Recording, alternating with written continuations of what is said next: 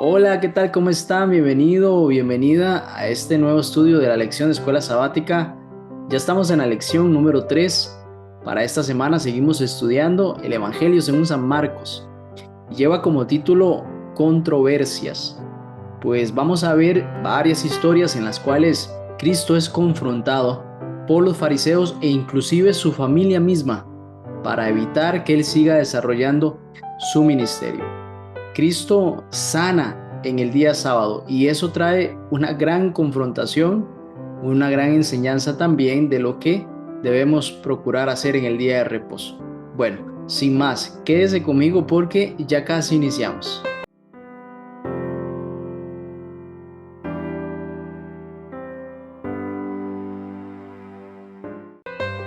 Bien, ya estamos de regreso. Muchas gracias por continuar. ¿Qué le parece si iniciamos con una oración? Padre Santo, te damos la gloria y la honra a ti, oh Dios. Queremos, oh Señor, agradecerte por una nueva semana, por la oportunidad de estudiar tu palabra. También suplicarte el perdón de nuestros pecados y que tu Santo Espíritu siempre nos guíe a la verdad. En el nombre de Jesús, amén. Dos versículos de memoria, Marcos capítulo 2, versículos 27 al 28. Jesús hablando dice, también les dijo, el sábado fue hecho para el hombre, no el hombre para el sábado. Así el Hijo del Hombre es también Señor del sábado. Aquí Jesús estaba replanteando el concepto de cómo guardar el sábado en el verdadero sentido a las personas pues que consideraban una carga hacer un montón de cosas, inclusive cosas que eran para beneficio de otras personas. Así que aquí Cristo rompe paradigmas de lo que es guardar el día de reposo. Muy bien, Marcos capítulo 2 y capítulo 3 del 1 al 6 va a contener cinco historias que ilustran la enseñanza de Jesús, pero en contraste con la de los dirigentes religiosos. Jesús enseña algo que es diferente a lo que los dirigentes de ese entonces pues le enseñaban a las personas y mucho de eso eran un montón de cargas especialmente relacionadas al día de reposo. Okay. En estas historias van a haber patrones que van a entrelazar una historia con la otra y posiblemente en la última historia va a haber algo que conecta con la primera. Es una forma muy impresionante de Cristo de enseñar a las personas que le estaban escuchando, inclusive a los fariseos que lo andaban pues acechando, ¿no? Muy bien. Estas historias tienen elementos, aspectos interesantes del ministerio de Jesús. Hay varias declaraciones. Por ejemplo, Marcos capítulo 2, versículo 10, Jesús hace una declaración que él tiene, el Hijo del Hombre dice puntualmente, potestad en la tierra para perdonar pecados. Eso se lo dijo a un paralítico. Esto fue un boom. Esa información, los que estaban allí no podían procesarla, especialmente los fariseos. En el versículo 17, avanzando más, dice, al oír esto Jesús les dijo, los sanos no tienen necesidad de médico, sino los enfermos. No he venido a llamar justos, sino a pecadores. Este fue otro momento en el cual Cristo se encontró pues comiendo después de llamar a Leví junto con publicanos y pecadores y le señalaron eso y él da esta respuesta. Entonces eran respuestas muy controversiales, polémicas para los que la recibían, pero bueno, Cristo tenía una enseñanza allí. El versículo 20, si avanzamos, dice, pero vendrán días cuando el esposo les será quitado y entonces en aquellos días ayunarán. Aquí los discípulos no estaban ayunando, como si lo hacían los discípulos de Juan el Bautista y como si lo hacían los discípulos de los fariseos. Note que los fariseos tenían discípulos. Bueno, aquí Jesús les dice, bueno, no es momento de ayunar, es momento de, pues de alguna forma, celebrar porque aquí está el esposo, ya cuando se vaya habrá tiempo para eso. Entonces andaba completamente contrario de lo que estaban enseñando los religiosos de entonces. Por eso había tanta controversia. El versículo 28 dice, por tanto el Hijo del Hombre es Señor aún del día de reposo, algo que casi que no se podía hacer nada ese día, llega Jesús y dice, bueno, yo soy Señor del día de reposo. Eso fue también algo controversial para los que le escuchaban, especialmente los fariseos. Muy bien, aquí vamos a, entonces durante la semana vamos a estar estudiando todos estos relatos de Marcos capítulo 2 y también Marcos capítulo 3 al versículo 6. Y también vamos a ver una técnica que utiliza el escritor del Evangelio que, bueno, se le conoce como historias sándwich. ¿Qué quiere decir eso? Yo también no sabía pues cómo interpretar esto, pero resulta que aquí textualmente dice, este patrón narrativo aparece al menos 6 veces en Marcos. En cada caso, el foco es algún aspecto importante de la naturaleza de Jesús y de su papel como Mesías o de la naturaleza del discipulado. Aquí no está explicando en qué consiste esto, pero realmente lo que le está dando es una importancia a lo que la naturaleza de Jesús y también el papel que él tiene como Mesías. Muy bien, entonces vamos a avanzar al estudio del día domingo.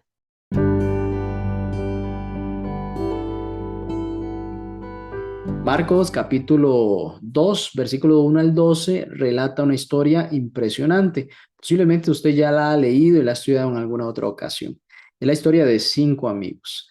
4 de ellos llevan al quinto a los pies de Jesús. Bueno, ¿qué sucede con este quinto? Él es parapléjico.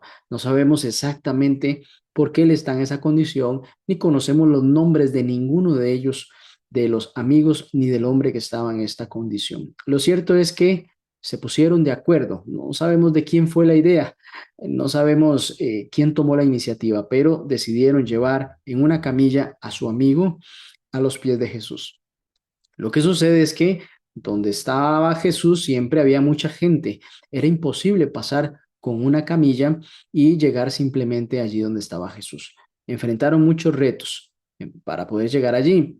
Así que uno de ellos fue, al estar próximo y llegar a la casa, tuvieron que, no sé cómo, subir al techo de ese lugar donde estaba Jesús, abrir un agujero, mover algunos materiales y por allí descender la camilla. Por dicha no se lo impidieron, por dicha él llegó a estar al frente de Jesús. Bien, en el versículo 5 Jesús hace una declaración impresionante porque dice, al ver la fe de ellos, al ver Jesús, la fe de ellos, y incluido el quinto, pienso yo, no solo de los hombres que lo descendieron, sino al ver la fe de estos 5 hombres, porque entendemos que este hombre, aunque no podía moverse, el quinto que descendió a los pies de Cristo, él pues también tenía el anhelo de ser curado por el maestro. Pero dice aquí entonces el 5 al ver Jesús la fe de ellos, dijo al paralítico, y aquí viene la parte importante o controversial, porque el paralítico y los amigos no lo llevaban allí para que Jesús le dijera tus pecados te son perdonados, al menos no inicialmente. La primera necesidad que tenían ellos era que su amigo fuese curado, que fuese sanado. Pero Jesús atinadamente le da la solución al mayor problema de los seres humanos, que es el problema del pecado, que es la necesidad de salvación, por ende la necesidad de un Salvador. Por eso pronuncia las palabras, Hijo, tus pecados te son perdonados. Ahí estaban algunos escribas y estos hombres siempre estaban buscando cómo inculpar a Cristo. Y como Cristo en su divinidad sabía lo que ellos tenían en su corazón, les hizo la siguiente pregunta. Bueno, ¿qué creen ustedes que es más fácil decir? Tus pecados te son perdonados o toma tu lecho y anda. Por supuesto que es más fácil decir tus pecados te son perdonados, porque eso lo podía decir cualquier persona, pero toma tu lecho y anda a un hombre paralítico, definitivamente solo el que estaba allí, que era Jesús, el Hijo de Dios. Por eso estos hombres tenían un gran problema con aceptar al Mesías, ya que, según su enseñanza, solo Dios tenía potestad de perdonar pecados. Pero por eso aquí Cristo también dice, sepan que al Hijo del Hombre se le ha dado también potestad de perdonar los pecados. Por eso Cristo primero empezó con el perdón de los pecados, no solo por ser la mayor necesidad que tiene el ser humano, sino también para darle una enseñanza a estos hombres de que tenían que creer lo que Él les estaba enseñando, les estaba mostrando. Ahora, a pesar de este milagro asombroso que es un hombre, pues que no puede moverse, a levantarse y caminar con su lecho, que por cierto, caminar con el lecho en el día de reposo era pecado para la tradición allí. Eso también pues motivó aún más los ánimos de acusar a Cristo. Sin embargo, era más importante la persona que lo que pues ahí se enseñaba sin fundamento bíblico. Por eso Miqueas capítulo 6 y versículos 6 al 8 nos da una enseñanza en el Antiguo Testamento que parece que ellos habían olvidado, ahora estando pues en ese nuevo tiempo, en el tiempo de Jesús, donde dice, ¿con qué me presentaré yo ante Jehová? Y adoraré al Dios Altísimo, me presentaré ante él con holocaustos, con becerros de un año. ¿Se agradará a Jehová de millares de carneros o de 10,000 arroyos de aceite? ¿Daré mi primogénito por mi rebelión, el fruto de mis entrañas por el pecado de mi alma? Oh hombre, Él te ha declarado lo que es bueno. ¿Y qué pide Jehová de ti? Solamente hacer justicia y amar misericordia y humillarte ante Dios.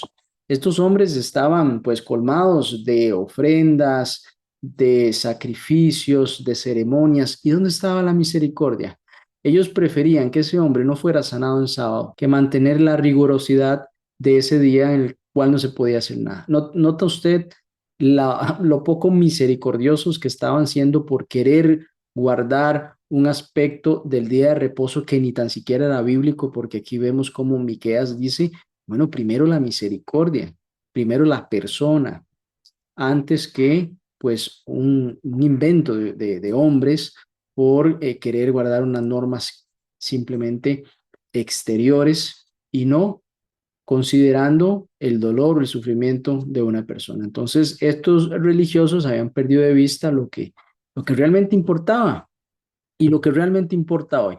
Hoy, ¿qué importa, hermanos? Importa, amigos, la justicia, la misericordia y la conducta humilde ante Dios. Estos fariseos no fueron humildes porque vieron un milagro impresionante y en lugar de abrir su corazón, su pensamiento, siquiera a la idea y empezar a avanzar en esa línea, no una entrega total en ese momento, pero sí disponer el corazón a lo que estaba ahí sucediendo, pues en contrario a eso, cerraban su pensamiento, cerraban su corazón y lejos de querer aprender de Cristo, se cerraban en acusarle, en desechar cualquier enseñanza que él tuviera y arraigarse a meras tradiciones y a un orgullo por su posición religiosa ante los demás, pues por las enseñanzas contrarias que ellos tenían a las de Cristo, pues quedaban en mal, en cierta forma, con todas las personas a los cuales, como decía el texto, que en su momento dijo Cristo,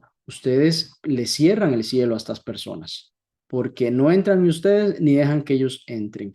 Entonces, claro, había un conflicto ahí de también una posición y había que ser humilde para decir, no, yo estoy equivocado, voy a escuchar a este hombre y esta enseñanza que pues tiene sentido, ¿no? Que tiene un fundamento también en las escrituras. Así que aquí nos hace la pregunta, ¿cómo podemos evitar caer en la misma trampa que estos hombres cayeron, tan obsesionados por las formas de la religión que perdieron de vista lo que era realmente importante en la religión verdadera? Muy buena pregunta.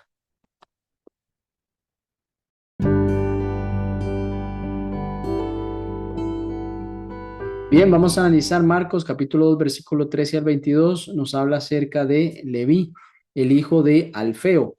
Este hombre era un recolector de impuestos, era un publicano. Estaba al servicio o a las órdenes del gobierno local o bien de Roma. Eso eran los publicanos, recolectaban impuestos, por eso no eran para nada populares en la población judía, porque no solo ellos tenían la fama de recolectar el impuesto que correspondía al César, sino también se dejaban una parte adicional de esa recolección y pues también se conocía que entonces tenían buenos recursos, tenían dinero.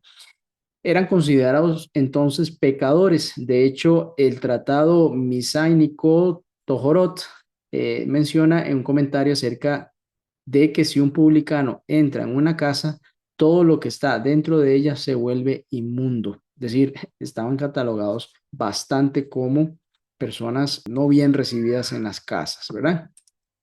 Entonces no era una sorpresa que para los escribas Jesús estuviera sentado comiendo con no solo Leví y Mateo, sino con un montón de sus colegas y también pues otras personas de dudosa reputación. Y allí que les hace esa pregunta, bueno, le hacen esa pregunta a Jesús, ¿cómo es que se la hacen a los discípulos, cómo es que come en medio de pecadores y está ahí en medio de toda esa gente, ¿verdad? ¿Cómo es que él permite eso? ¿Y cómo es que llama a un publicano a ser discípulo de él. ¿En qué consiste esto? O sea, eran preguntas bastante interesantes y ahí los discípulos no respondieron, sino que el que respondió fue Jesús.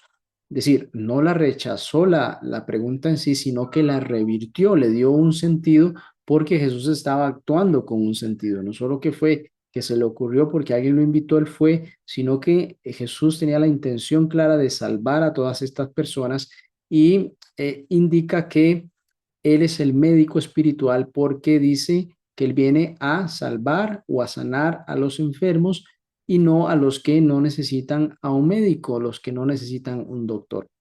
De así, entonces, estos hombres, pues, si no lo entendieron, Cristo fue claro en decir, bueno, yo vengo a rescatar a estas personas. Y también surge otra pregunta, bueno, ¿cómo es que tus discípulos, los discípulos de Jesús, no ayunan? Vea qué interesante, porque los ven en estos almuerzos, en estas invitaciones de comer con varias personas. Quiere decir, claro, que no están ayunando. Entonces le preguntan, bueno, ¿cómo es que ellos no ayunan y nosotros sí ayunamos? O bien los discípulos de Juan sí ayunaban y los discípulos de los fariseos también ayunan. Y entonces Jesús responde con una ilustración o una parábola, dice también el texto en la cual compara su presencia con una fiesta de bodas, es decir, él es el esposo. Imagínense ustedes lo extraño que sería que alguien esté en una fiesta y esté en ayunas y de ahí le están sirviendo la comidita, hay para que usted se sirva, otros llegan a servir y usted dice, estoy en ayunas. Es muy extraño, mejor no hubiera ido, ¿no?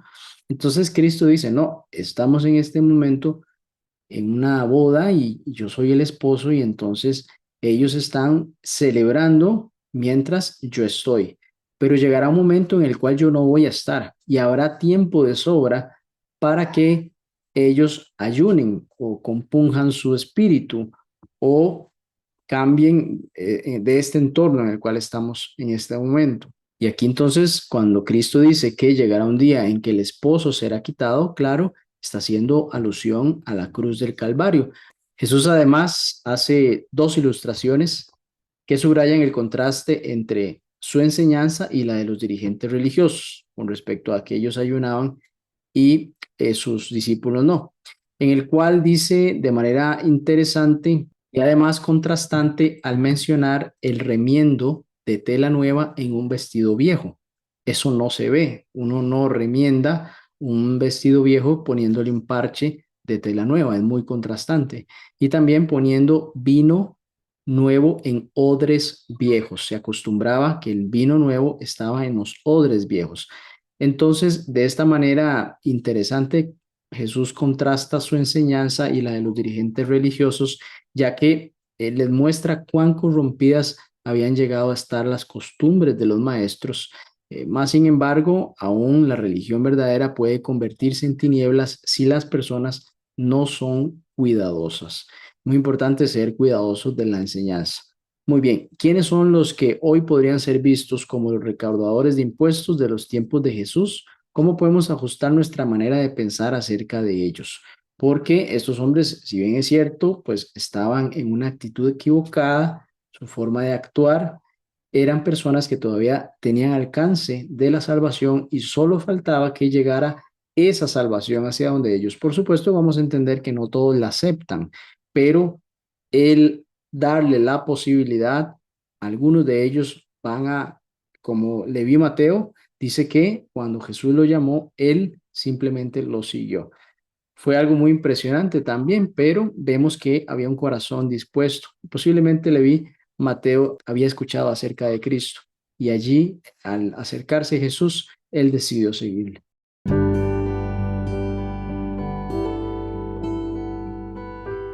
Vamos a leer Marcos capítulo 2 versículos 23 al 24. Dice, aconteció que al pasar él por los sembradíos un día de reposo, sus discípulos andando comenzaron a arrancar espigas.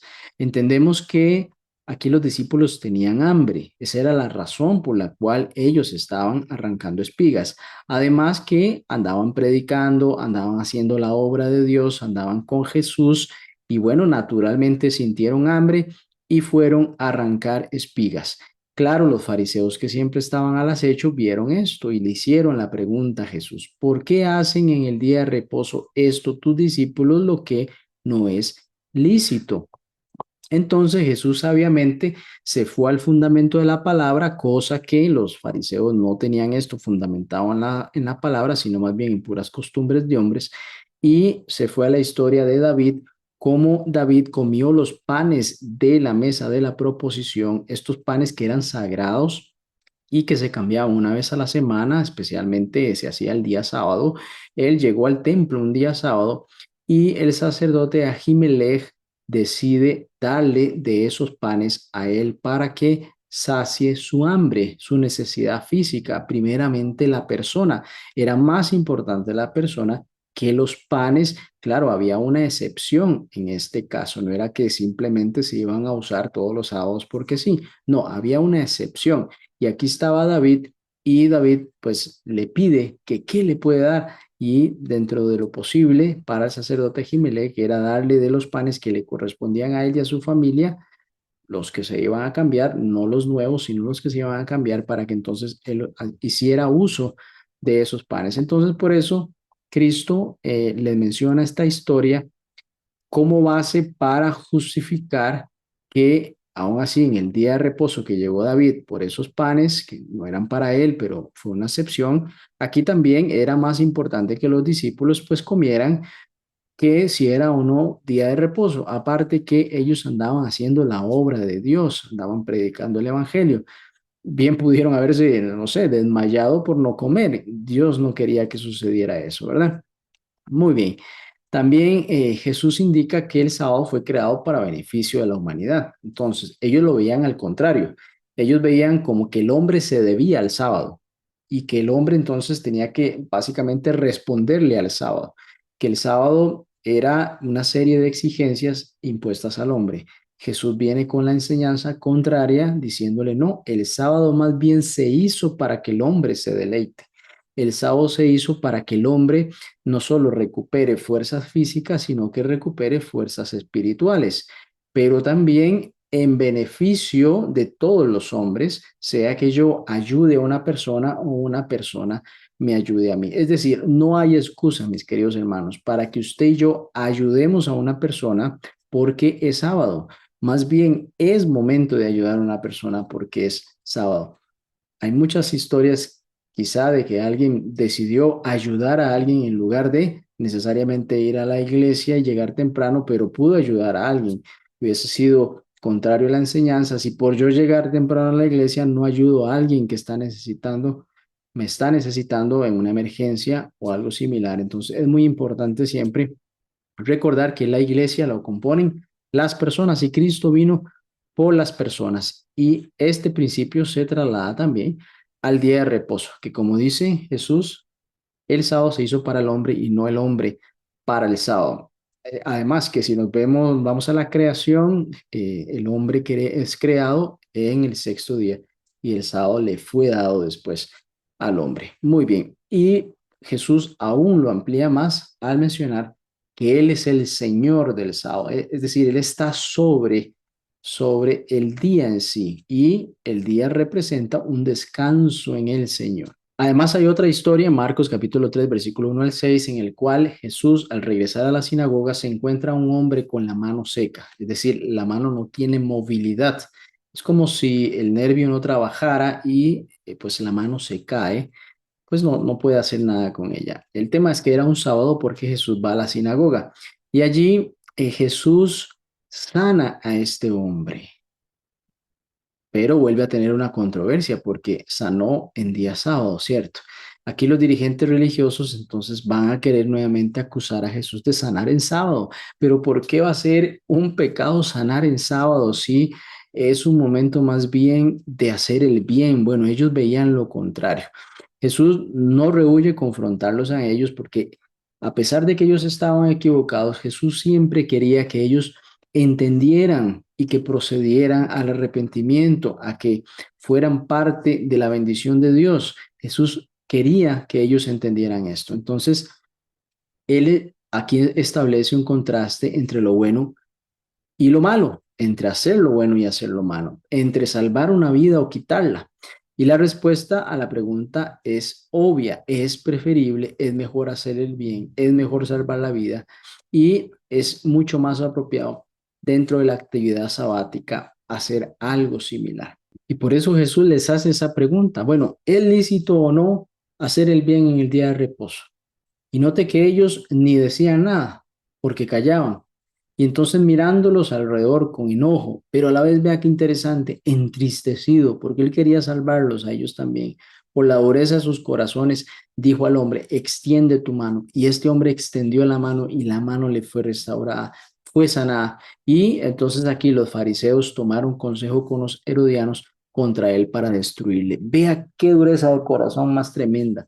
¿Cómo es posible que ellos, en lugar de sentir alegría porque un hombre recuperó la movilidad de su mano y podía desempeñar lo que ellos podían hacer con sus dos manos también, en lugar de alegrarse, pues vieron esto como un momento de enojo, enfurecimiento y más bien oportunidad para agarrar al hombre que había hecho ese milagro por este hombre y buscar destruirle? ¿Se da cuenta de los ciegos de corazón que estaban estos hombres? Era impresionante el nivel de capacidad espiritual y de poder discernir lo que allí estaba sucediendo. Definitivamente Satanás los tenía cegados. Es muy importante este consejo bíblico. Cuando escuches la voz de Dios, no cierres tu corazón, atiende a ella, porque estos hombres cerraron su corazón a tal punto que ya ni ese milagro, ni la compasión, ni nada iba a hacer que sus ojos se abrieran. Estaban decididamente empeñados en destruir a Jesús.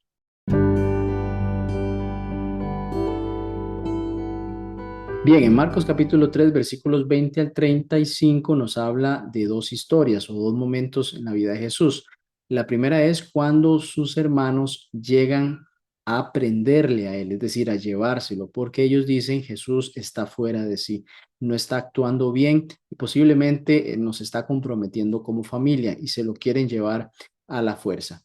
Después, la siguiente historia es cuando los escribas que vienen de Jerusalén acusan a Jesús a ser cómplice del diablo. Dice que en Belcebú es que él saca a los demonios.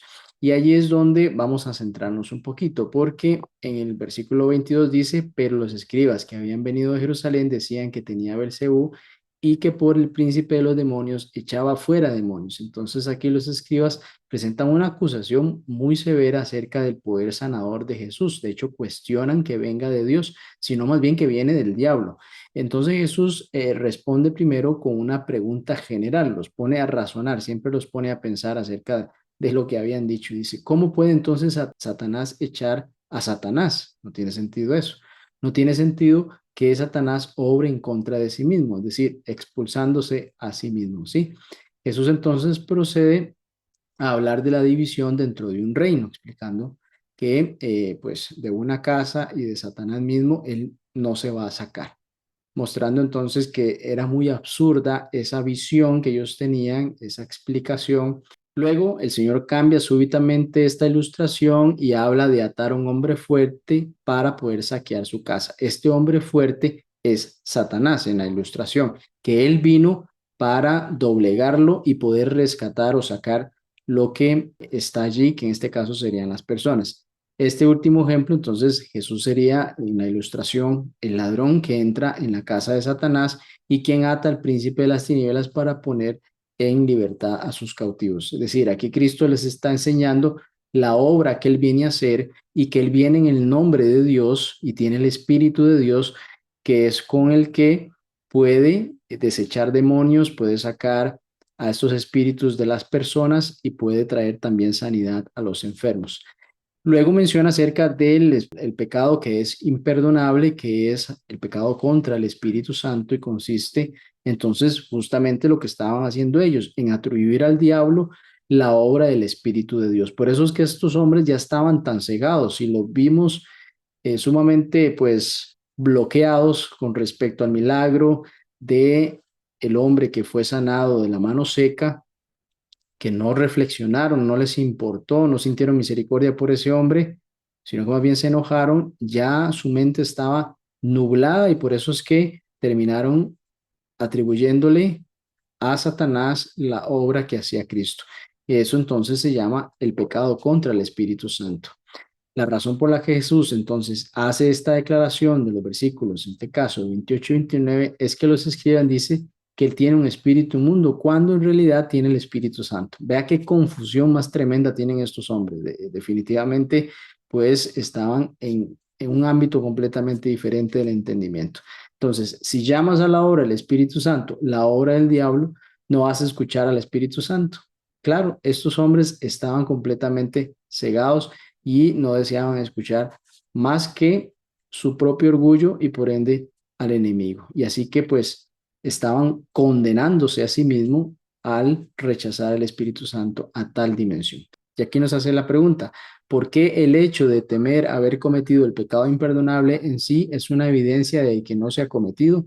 Es decir, preocuparse de que lo estamos haciendo mal, de que no estamos atendiendo a la voz de Jesús, es una seña de que todavía el Espíritu Santo nos está hablando.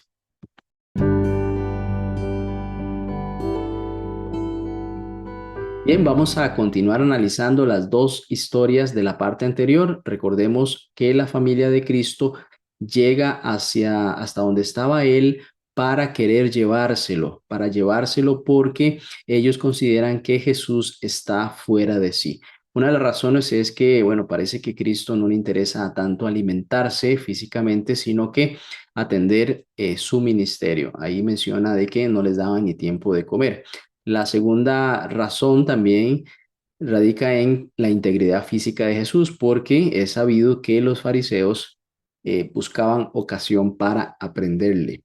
La tercera razón es el oprobio que puede llevar a la familia el hecho de estos escándalos sociales, porque era muy notorio los discursos de Jesús y pues lo contradictorio de las enseñanzas del momento. Entonces, pues eso podía llevar a algún tipo de vergüenza a la familia porque pues Jesús pertenecía a la familia y normalmente la familia se ve afectada por lo que hace un miembro. Entonces, esas son las razones por las cuales la familia de Jesús quería llevárselo a él.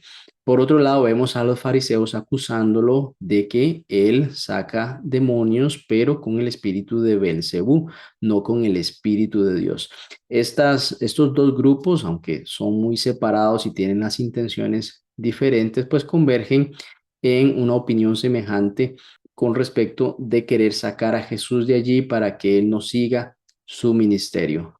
Ahora vamos a analizar la tercera parte de este capítulo en el cual Jesús está sentado conversando adentro de un lugar y afuera llega su mamá y sus hermanos y le piden que llamen a Jesús para que él salga, justamente buscando llevárselo, buscando que él reflexione más y no quiera seguir más en esa línea. Pero Jesús sabe esto, Jesús entiende que ellos no vienen con la voluntad del Padre, sino con algo de intereses muy propios, muy familiares. Cuando a Jesús le dicen que afuera están su madre y sus hermanos, él parece despreciar a su familia terrenal, pero en realidad él está dando una enseñanza acerca de la familia espiritual, porque esta escena pues puede parecer extraña, ¿no? Si la madre de uno, los miembros de la familia vienen a vernos, vienen a buscarnos, pues lo normal sería que uno salga y se encuentre con ellos. El problema es que la familia de Jesús no estaba entonces entonada con la voluntad de Dios y Jesús reconoció ese hecho y este pasaje entonces él busca redefinir el concepto de familia. Bueno, ¿quiénes son mi familia? Mi familia son los que hacen la voluntad de Dios. Esos son sus hermanos, sus hermanas, su madre. Él es el Hijo de Dios y quienes se alinean con la voluntad de Dios llegan a ser su familia. Ahora, si la familia terrenal de Jesús hubiese estado en sintonía con la voluntad del Padre para ese momento, pues él hubiera incluido también a su familia terrenal dentro de este concepto de familia. El problema era que estaban contrarios porque ellos querían llevarse a Jesús y en cierta forma, claro, separarlo completamente del ministerio y que él no siguiera más esa línea de Mesías que le estaba trayendo problemas a él, pero también a la familia. Entonces, estos dos relatos de esta historia de Marcos contienen pues una profunda ironía. En la historia interior, Jesús dice que una casa dividida contra sí misma no puede permanecer cuando lo acusaban de que él sacaba demonios en nombre de Belcebú. Y a primera vista parece que en la historia exterior, la propia casa o familia de Jesús está dividida en contra de sí misma. Pero Jesús resuelve esta situación compleja, entonces redefiniendo este concepto de familia, como lo mencionamos. Su verdadera familia está constituida por quienes hacen la voluntad de Dios. Eso podemos buscar Lucas 12:53 y Lucas 14:26, donde dice, si alguno viene a mí y no aborrece a su padre y su madre, y mujer e hijos y hermanos y hermanas, y aún también su propia vida, no puede ser mi discípulo. Aquí hay un concepto muy profundo acerca de seguir a Cristo a pesar de que la familia pueda estar en contra de uno. Lo ideal, por supuesto, es que la familia toda esté alineada, papá, mamá, los hijos, todos queremos ir al cielo, todos seguimos a Cristo, pero claramente hay ocasiones en las que las personas se encuentran solas en un núcleo familiar, es la única persona que quiere seguir a Cristo y por eso encuentra muchos obstáculos. Y aquí lo que Jesús dice es, usted tiene que prevalecer en la fe, porque recuerde que hay una gran familia espiritual y la familia terrenal, pues si no se alinea a la voluntad de Dios, que es aceptar a Cristo, entonces pues debe de hacerlo de forma individual. Esa es la enseñanza, ¿no? En Lucas 12:53 dice, estará dividido del padre contra el hijo y el hijo contra el padre, la madre contra la hija y la hija contra la madre, la suegra contra su nuera y la nuera contra su suegra. Aquí no es que eso es lo que se busca, es que el evangelio puede ocasionar que en una familia haya división por querer uno de ellos en el núcleo familiar seguir a Cristo. La máxima es seguir a Cristo. Por supuesto que nadie va a maltratar a nadie por el que quiere seguir a Cristo, no va a maltratar a su padre o a su madre, sino que, bueno, posiblemente va a tener que tomar decisiones de forma individual para ir avanzando, ¿cierto? Entonces, bueno, aquí vemos cómo a lo largo de la historia, sí, muchos cristianos se han visto separados de sus familiares. Particularmente nosotros vivimos una sociedad más tolerante en ese aspecto. Pero hay otros países culturalmente, las religiones, pues no comparten del todo que alguien siga o se haga cristiano. Eso casi que alguna religión particular tiene esta sentencia de muerte. Entonces, creo que estos textos van mucho en esa línea, pero también pueden haber algunos escenarios que alguien puede enfrentar y tiene que salir adelante con la ayuda de Dios. Así que durante toda esta lección hemos visto cómo Jesús mostraba especial interés por cada una de las personas con las que él se encontraba. Era superior el interés de Jesús por todas estas personas que cualquier ideología o enseñanza que los hombres tenían en ese momento.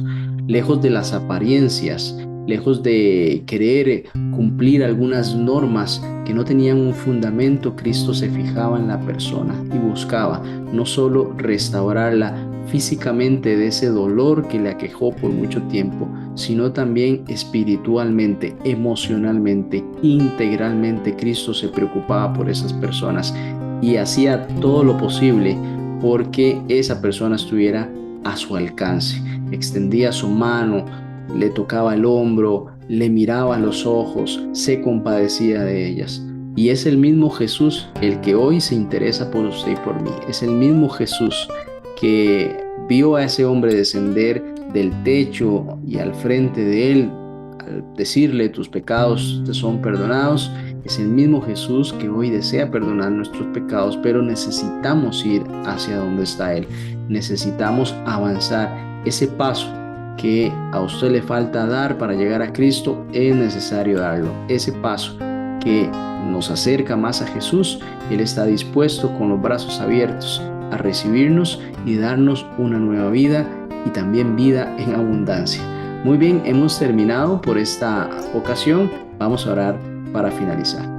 Señor, muchas gracias por tantas bendiciones, por estos ejemplos hermosos de la Biblia. Como, oh Cristo, te compadecías de todas estas personas que no tenían mayor esperanza, pero al encontrarse contigo, oh Dios, al encontrarse con Jesús, el Espíritu Santo llegaba a sus corazones y entendían la necesidad de la salvación de parte del cielo y actuaba el poder divino sobre ellos, oh Dios, esa salvación llegaba a estas personas y eran deleitadas no solo en la sanación física, sino también en la restauración del alma.